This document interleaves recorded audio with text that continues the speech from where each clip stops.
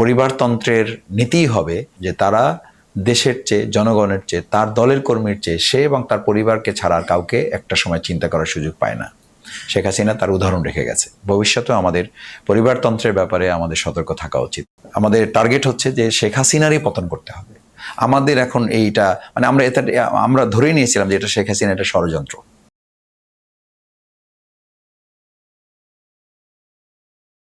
না, পালাতে হয়েছে। আপনি জানেন যে মানে মানুষের অপকর্ম যখন সীমা ছাড়িয়ে যায় তখন সে তার অপরাধটা সম্পর্কে বুঝতে পারে এবং তার পরিণতিটা তার চোখের সামনে ভাসে।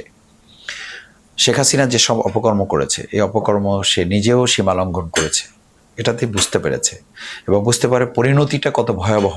এটাকে সামনে রেখেই পদত্যাগ করার পাশাপাশি সে দেশ ত্যাগ করেছে। এবং সবচেয়ে মজার ব্যাপার হচ্ছে পরিবারতন্ত্রে এটা কিন্তু খুব একটা ঐতিহ্যগত ব্যাপার মনে হয়। ভবিষ্যতে আমাদের এটা খেয়াল রাখতে হবে যে পরিবারতন্ত্রের নীতিই হবে, তাদের আদর্শই হলো যে তারা দেশের চেয়ে, জনগণের চেয়ে, তার দলের কর্মীর চেয়ে সে এবং তার পরিবারকে ছাড়া আর কাউকে একটা সময় চিন্তা করার সুযোগ পায় না।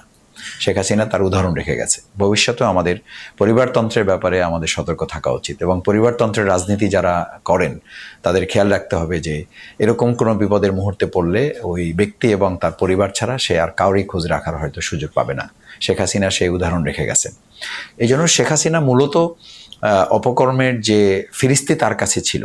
মানুষ খুন করলে, মানুষ অন্যায় করলে কেউ সাক্ষী না থাকলে ওটা তো সে নিজে তার সাক্ষী।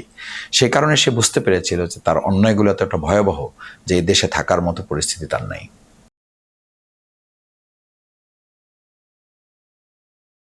আমরা ওই সময়, আপনি জানেন যে দেশের আন্দোলনটা চলমান ছিল হলো আওয়ামী লীগ পতনের বিরুদ্ধে, ফেসিবাদের বিরুদ্ধে, এবং তখন কোটা থেকে চলে আসলো এক দফা।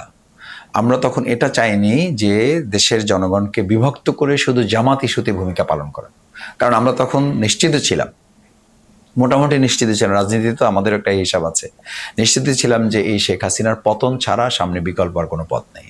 সুতরাং আমাদের ফোকাস ছিল যে এখন জামাত ইস্যুতে বা ছাত্র শিবির ইস্যুতে এখন কথা বলা আমাদের জন্য লক্ষ্য না। আমাদের লক্ষ্য হচ্ছে, আমাদের টার্গেট হচ্ছে যে শেখ হাসিনারই পতন করতে হবে।